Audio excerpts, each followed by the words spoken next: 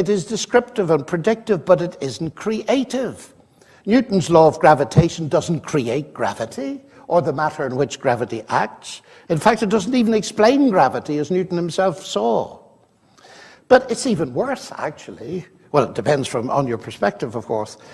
The laws of physics are not only incapable of creating anything, they can't even cause anything to happen.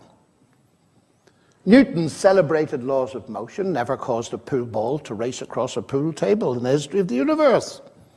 That can only be done by people using a pool cue and the actions of their own muscles. The laws enable us to analyze the motion and to map the trajectory of the ball for the first few bounces anyway, until all sorts of chaotic effects set in, provided nothing external interferes. But the laws are incapable of moving the ball, let alone creating it and the table in the first place. So what can Hawking possibly mean by suggesting that law creates the universe? Now, Paul Davies, with whom I've debated some of these things, a brilliant writer and at ASU in Phoenix, he says there's no need to invoke anything supernatural in the origins of the universe or of life. I've never liked the idea of divine tinkering. For me, it is much more inspiring to believe that a set of mathematical laws can be so clever as to bring all these things into existence. Well, in the world in which most of us live, the simple law of arithmetic, 1 + 1 = 2, never brought anything into being. It certainly has never put any money into my bank account. I wonder, has it done to yours? If I put $1,000 into the bank today and 1,000 tomorrow, the law of arithmetic will tell me I have $2,000. But if I never put any money into the bank myself and leave it to the laws of arithmetic to do it, I shall remain permanently bankrupt. To think that the laws can produce it is like thinking you can create real money by simply doing sums. For every says if you have A, then you will get B. But first catch your A. The laws will not do it for you.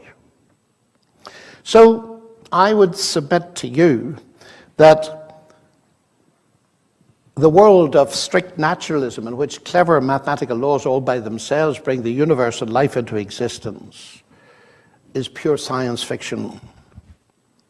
So Hawking has signally failed to answer his main question: why is there something rather than nothing? Alan Sandage, widely regarded as the father of modern astronomy, discoverer of quasars, winner of the Crawford Prize, and astronomy's equivalent of the Nobel Prize, is in no doubt about his answer to the question. I find it quite improbable, he wrote, that such order came out of chaos. There has to be some organizing principle. God to me is a mystery, but is the explanation for the miracle of existence, why there is something rather than nothing. Let me say some words about the grand design. Like every other physicist, Hawking is confronted with powerful evidence of his design, as he explains in great detail in his book. Our universe and its laws appear to have a design that is both tailor-made to support us, and if we are to exist, leaves little room for alteration. That is not easily explained. So he says, the discovery relatively recently of the extreme fine-tuning of so many of the laws of nature could lead at least some of us back to the old idea that this grand design is the work of some grand designer. That is not the answer of modern science. Our universe seems to be one of many, each with different laws. Now, there are many interesting things about this. First is, Hawking clearly recognizes a grand design. He gave that title to his book. He devotes almost an entire chapter to giving extensive details of spectacular fine-tuning. That certainly fits in with the old idea. But the question to ask is not, is an idea old, but is it true? And the implication often is that by describing an idea as old, it isn't true. And of course, that's nonsense. Some of the best ideas have been around for millennia. Now, Hawking says that the existence of a grand designer is not the answer of modern science. But what can he mean by that? Modern science is a set of disciplines done by modern scientists. Has he forgotten of the existence of Bill Phillips, who won the Nobel Prize for Physics in North America and still is teaching? He believes in the grand designer. Has he forgotten about the existence of Francis Collins, the former director of the Human Genome Project? And I could go on and on. In my own University of Oxford, there are several very distinguished scientists who, in common with Newton, Kepler, Galileo, and all the rest of them, believe that the reason we can do science at all is because it reflects the operation of a mind. That's a very old idea, of course, but it nonetheless a very powerful idea. So Hawking is going totally beyond the evidence to say that is not the idea of modern science. But his idea of what the answer is a multiverse, and he immediately makes the category mistake again. God of the multiverse. But God can create as many universes as he likes, can't he? How is a multiverse in itself an argument against the existence of a creator? Hawking certainly hasn't addressed that question, as many philosophers have not been slow to point out. Again, the easy slip into the false dichotomy, so that it means instinctively that if a scientist takes God seriously, they're not allowed to take the multiverse seriously. That's a very clever get-out, but it seems to me it won't do. Now, with his multiverse, Hawking moves beyond science, of course. As Paul Davies points out, all cosmological models are constructed by augmenting the results of observation by some sort of philosophical principle. Now, Hawking, as we saw, claims to be the voice of modern science, but as I read, I discover that there are other powerful voices disagreeing.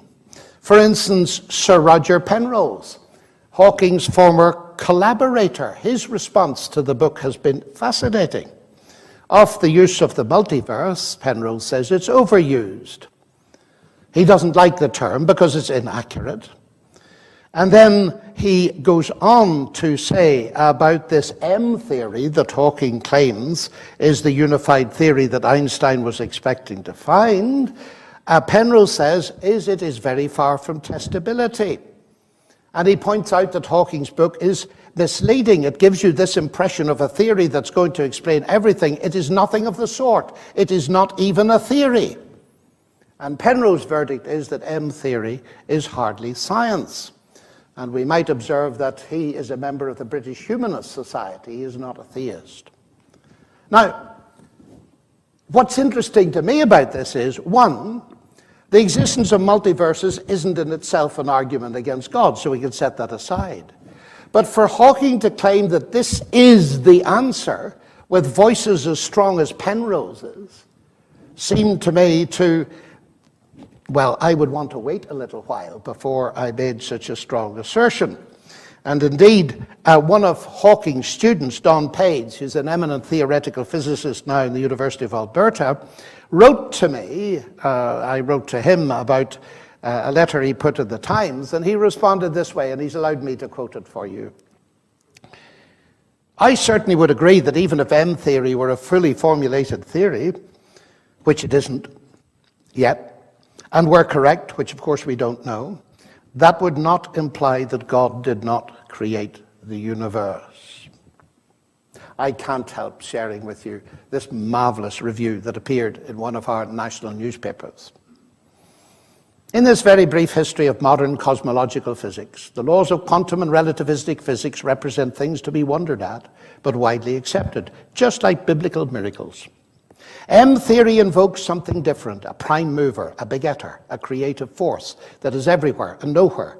This force cannot be identified by instruments or examined by comprehensible mathematical prediction, and yet it contains all possibilities. It incorporates omnipresence, omniscience, and omnipotence, and it's a big mystery. Remind you of anybody?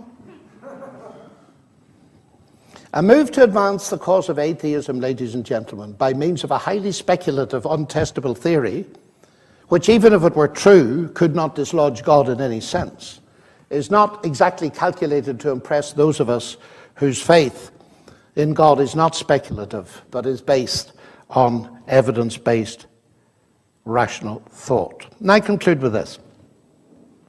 Much of the rationale behind Hawking's and other arguments lies in the idea that there's a deep-seated conflict between science and religion. This is not a discord that I recognize. In fact, I'd go further than that. I've had the privilege to work with two very distinguished historians of science in my career, Professor John Brooke and his successor, Professor Peter Harrison at Oxford. And what is very interesting, that with all kinds of nuances that can be made by the expert historians, one interesting focal point of history has been the explosive rise of science as we know it, that is modern science, in the 16th and 17th centuries. And C.S. Lewis got it pretty right, it seems to me, in the opinion of these experts, when he wrote these words. Men became scientific. Why? Because they expected law in nature, and they expected law in nature because they believed in a lawgiver. In other words, far from belief in God hindering science, it was the very motor that drove it. Now, identifying science as a rational activity helps me, it seems, to point up very clearly another very serious flaw in Hawking's thinking. Like Francis Crick, he wants us to believe that human beings are nothing but mere collections of fundamental particles of nature.